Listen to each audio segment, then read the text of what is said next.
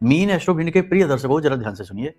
अगर आप ये चाहते हैं कि कोई भी काम जो आप करने जा रहे हैं उसमें आपको 100% सफलता मिले, यानी कि काम आपका बन ही जाए, किसी से मिलने जा रहे हैं वो आपसे प्रभावित हो जाए, आपके लिए हाँ में हाँ मिलाए, पैसे के लिए कोई डील करने जा रहे हैं वहां पर डील सफल हो जाए, बिजनेस व्यापार पर जा रहे हैं, नौकरी पर जा रहे हैं, ऑफिस जा रहे हैं, कार्यालय जा रहे हैं, दुकान जा रहे हैं, आपको सफलता ही सफलता प्राप्त हो। तो इसके भी कुछ बहुत ही महत्वपूर्ण सूत्र हैं, बड़े ही सरल सूत्र हैं, इन्हें जीवन में उतारिए और नकारात्मकता से दूर रहिए। ठीक है, सूत्र क्या है, ध्यान से सुनिए, आपको बताने जा रहे हैं। इन सूत्रों को जीवन में उतारिए, फिर परिणाम हमें आप बताना कैसे आपको प्राप्त हुए।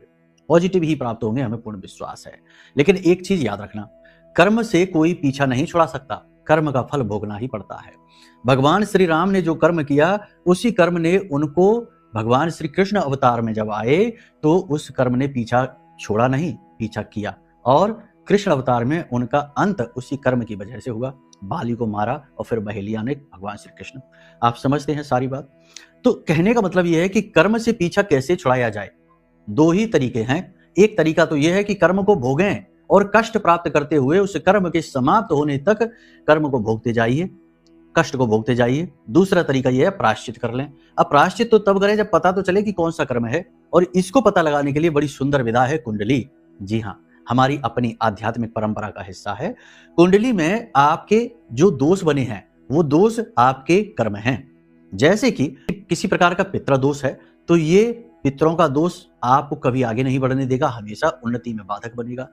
गुरु से राहु का मेल चांडाल है तो इसमें भी आपके जीवन में बाधाएं, शिक्षा प्राप्ति में बाधा और बहुत सारी, मतलब कहने का यह है कि कुंडली के जो दोष हैं वही तो आपके कर्म हैं। उनकी व्याख्या तो बहुत बड़ी है, घंटों चलेगी, फिलहाल शॉर्टकट में समझ लीजिए। कुंडली आकलन कराना जीवन का सबसे महत्वपूर्ण फैसला होता है। इसीलिए प्राचीन काल से हमारी परंपरा है कि बालक धरती पर आया, जैसे ही जन्म लिया, बड़े बुजुर्ग सीधे ज्योतिषी के पास जाते थे और दर्ज करा देते थे सारा समय और काल, और तुरंत कुंडली और पत्री बनवाते थे, और सारे जन्म जीवन भर का खाका खुलकर सामने आता था। अब लोग इन चीजों से दूर हो चुके हैं। खैर कोई बात नहीं, आप कुंडली का आकलन करा लो, समाधान मिलेंगे आपके। अब बात करते हैं सूत्रों की। जब भी घर से बाहर निकलो तो अपनी नासिका से देखो श्वास बाहर किससे आ रही है। अगर दाहिनी नासिका से श्वास बाहर आ रही है तो दाहिना पैर घर से बाहर निकालो। बाईं नासिका से श्वास बाहर आ रही है तो थोड़ी देर ठहर जाओ, कोशिश करो कि बाहर ना जाना पड़े, जाना पड़े भी तो बायां पैर बाहर निकालो, काम बनेगा। हर एक चीज में देखो काम बनेगा कि नहीं बनेगा। दाहिनी श्वास चलती है तो काम बनते हैं, बाईं श्वास चलती है तो काम बाधित होते हैं।